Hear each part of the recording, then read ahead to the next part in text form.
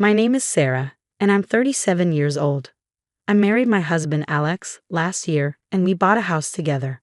Alex is 10 years younger than me. Honestly, I never thought I would marry someone so much younger. When we first started dating, I thought we'd eventually break up. But before I knew it, we were planning our wedding. Even when he proposed, I asked him if he was really sure about marrying me. But Alex said, "I'll always take care of you, Sarah, so please marry me." I couldn't believe how lucky I was to be with someone so kind. However, our married life wasn't all perfect, and we didn't get a lot of time to ourselves. Alex's mom, Julia, didn't like our marriage at all. She said, "My own son, Alex, is going to leave me, his mother, for that woman." Julia didn't like that I was 10 years older than Alex. I wasn't surprised that she didn't approve, given the age difference. Then Julia gave us a condition for her approval. She told us, "You have to live with me." I thought it was unreasonable, but Julia refused to accept our marriage unless we agreed. So we agreed. At that time, Alex couldn't just ignore his mom. "You know, my mom raised me on her own," he said. I understood that he felt he owed her, since she raised him alone. I was grateful to her for that and wanted to take care of her in return. I couldn't stand in the way of the bond between Alex and his mom, so we decided to live together. I wanted Julia to see us as a normal married couple and approve of our relationship. We moved into the house we had bought, hoping things would get better with Julia. But we were wrong. "Sarah, can't you do the housework properly? What have you learned at your age? This is why I don't like women who are older than Alex." Julia's bullying got worse. Like Alex, I worked long hours, so I didn't have much time to do all the housework. I tried to explain, "I work just like Alex, so I can't do everything perfectly." But she just said, "You always argue with people older than you. You're such a bossy wife." Every time I argued back, it seemed to make her angrier, and the bullying got worse. Alex would step in and say, "Mom, stop talking to Sarah like that." He always defended me. Julia would act surprised and say, "Alex, you never used to be like this. It's all Sarah's fault you're not listening to me." She would cry and glare at me, clearly upset. "This is all your fault. I don't understand why Alex married you," she would say every time. It felt like I was living in a soap opera where the wife is always bullied by her mother-in-law. I guess Julia was upset that her son married someone much older than him, and it seemed like she enjoyed bullying me. Day by day, Julia became more spoiled and out of control. I had taken care of my grandmother before, and I had no experience with taking care of a baby, so I was struggling. "I'm sorry, Sarah," Alex would say. "It's okay. Thank you for always supporting me." I really felt bad for Alex. His own mother was bullying the woman he loved. Alex, who cared about me so much, tried many times to get Julia to move out, but I couldn't agree. I felt sorry for Julia, even though she treated me badly. I thought if I just put up with it, maybe she'd change one day. But Julia's verbal abuse didn't stop. On our first New Year's Day after we got married, we went to a relative's house. Julia, who usually never left the house, was excited to talk to everyone.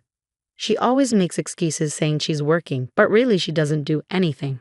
And she leaves all the housework to me. Can you believe it? If this happened in our day, it wouldn't be acceptable. I don't know what kind of common sense she has, Julia said, bad-mouthing me to everyone. I could hear her talking loudly from the kitchen. One of Alex's relatives, Emily, noticed and said, "Sarah, it seems like you're having a tough time, huh?" "Yes, well, I'm getting by," I replied. "Living with Julia isn't easy, especially with how she's acting," Emily said. "You're right," I said, without thinking. I finally admitted how I was feeling. "Why don't you talk to Susan about it?" Susan is Alex's aunt and Julia's sister. She's older and has always been kind and reliable. But would she even listen to me complaining about her own sister? I thought to myself. "Sarah."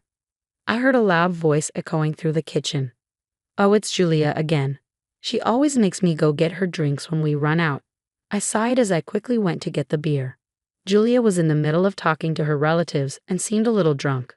As I brought over a cold bottle of beer and a new glass, Julia grabbed it from me and said, "Sarah, you're really such a clumsy wife, aren't you?" She glared at me. Why would she say that? I thought. As I stood there, Julia poured the beer into the glass of a relative sitting next to her. "Isn't it normal to pour drinks into empty glasses? This is what you always lack, Sarah. You're so useless and poorly raised." Julia's words made everyone around feel uncomfortable, but she didn't care at all. I realized that if I got upset with Julia right now, it would just start a fight, so I decided to play it off and smiled. That's my mother-in-law. She really knows how to handle drinks. I learned so much from you, Julia. I used my usual fake smile. Julia smiled widely, clearly thinking that what she had done was impressive. She seemed satisfied now. Sarah, are you okay? It was Susan, looking at me with concern, noticing how exhausted I looked. I'm so sorry about my sister. She's always so hard to deal with, right? Oh, I know. I tried to deny it, but to be honest, I was so fed up with Julia that I couldn't lie convincingly in front of Susan. Living with Julia is tough, I admitted. It really is, Susan agreed. Julia doesn't seem to like you at all. I sighed and shared my frustration with Susan. Susan listened to everything I said and finally said, "If you ever have problems, you can always talk to me." Her kind words really moved me, as if she were like a real mother to me. Yes, I have a kind ally who will help me when things get really bad. I felt a little better, and that made it easier to get through the rest of the New Year's holiday. Thank you, and I'm really sorry for what happened, Sarah. I'm sorry about all the things my sister has said to you. Oh, it's okay. Julia was drunk, so I tried to tell myself that she just got carried away. But I was being too naive. Julia's verbal abuse didn't stop, and any attempt to argue back made things worse. Alex's relatives like to hold family events, and they usually get together whenever they can. Julia would always force me to go and help out every single time. Alex would tell me that I didn't have to go if I was busy, but Julia would insist. And every time, I end up getting verbally abused by Julia. Sarah, don't get all high and mighty just because you have a job. A wife should always stay behind her husband and quietly support him. You think you're equal to Alex, but he's a better man than you. You don't understand anything, she would say. Julia would publicly humiliate me in front of the relatives again. What's wrong with me working? What's wrong with being at the same level as Alex? Alex tried to warn Julia many times, but I felt so awkward being the center of attention at these lively gatherings. All I could do was sit in silence and listen to Julia's cruel words. Then one day, Julia said something so hurtful that I knew I couldn't live with her anymore. It was during another family gathering, and as usual, Julia was being verbally abusive to make herself feel better. What on earth does Alex see in Sarah? I should have never let him marry her, Julia said while drinking with the relatives. She can't even have kids, so what's the point of them getting married? Don't you think so? She asked in a snarky tone, trying to get others to agree with her. I felt like the air went cold. Alex's hand, holding his drink, began to shake, and I dropped the tray I was holding onto the floor. What did you just say, Mom? Alex asked quietly, trying to hold back his anger. What do you mean? I just said that if she can't have kids, what's the point of your marriage? I mean, isn't it true? A 37-year-old woman is practically giving up on having kids, right? I was against the marriage because of that, but you wouldn't listen to me. It's too late to regret now. I couldn't believe what I was hearing. Alex and I definitely wanted children. Sure, I was almost 40, so my chances of getting pregnant were slim, but I still wanted his child. I had just started going through fertility treatments, but I hadn't told Julia about it. I knew if I did, she would just criticize me even more. Sarah, let's get this straight once and for all. If you don't want kids, then you should just divorce Alex. He's still young, so he can start over whenever he wants, okay? That's when something inside me broke. The patience I had built up all this time snapped with those words. Kids and divorce. You really hate me, don't you, Julia? Yeah, I do hate you. I hate you so much, Julia said with a smile, looking at me. Okay then, well, if that's how you feel, we're not living together anymore. Could you please leave my house, Julia? What are you talking about? You're crazy. You're joking in front of my relatives, and it's ridiculous. I'm not joking. You can't stay in our house anymore, I said firmly. The atmosphere shifted immediately, and all the relatives quickly stepped back. What are you talking about? Well, if you hate me so much, why are you still living in our house? You have no right to make me leave. Oh yes, I do. This house is mine. It's up to me whether I let you stay or kick you out, Julia. Julia looked completely shocked. Wait a minute, Alex. What is all this about? Julia asked Alex for help. Mom, I've told you so many times, haven't I? Don't treat Sarah like that, Alex said coldly. I told you Sarah built this house on her own, didn't I? Why can't you remember something so simple? Because usually it's the husband who builds the house, right? Julia always believed that it was the husband's job to build a house and provide for the family. Alex sighed and said, I didn't want to move in with you, Mom, but Sarah insisted on having you live with us, so I went along with it. But enough is enough. If you keep making fun of my wife, even if you're my own mother, I won't stand for it. Julia, with tears in her eyes, argued, Excuse me? No way. You're joking, right, Alex? Aren't you on my side? Your side? I'm more like your enemy now, Mom. I can't believe you're my own mother, and you're treating my beloved wife like this. Oh, Alex, why? Julia burst into tears, trying to hold on to Alex, but it was already too late. I'm sorry, but please pack your things by the end of this week, I said. Julia looked at me, defeated. No way. Sarah, please wait. I'm sorry for everything I've done. Let's just live together happily again, okay? She pleaded, acting like nothing had happened. I can't do that. I can't live with someone who doesn't appreciate anything. No, please. I want to continue living with you both, Julia begged. No, please stay away from me and get out of my house as soon as possible. I am the one in charge here, I said with no hesitation. Mom, this is how it is.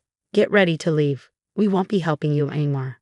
Julia heard her son and daughter-in-law demand she leave the house, right in front of everyone.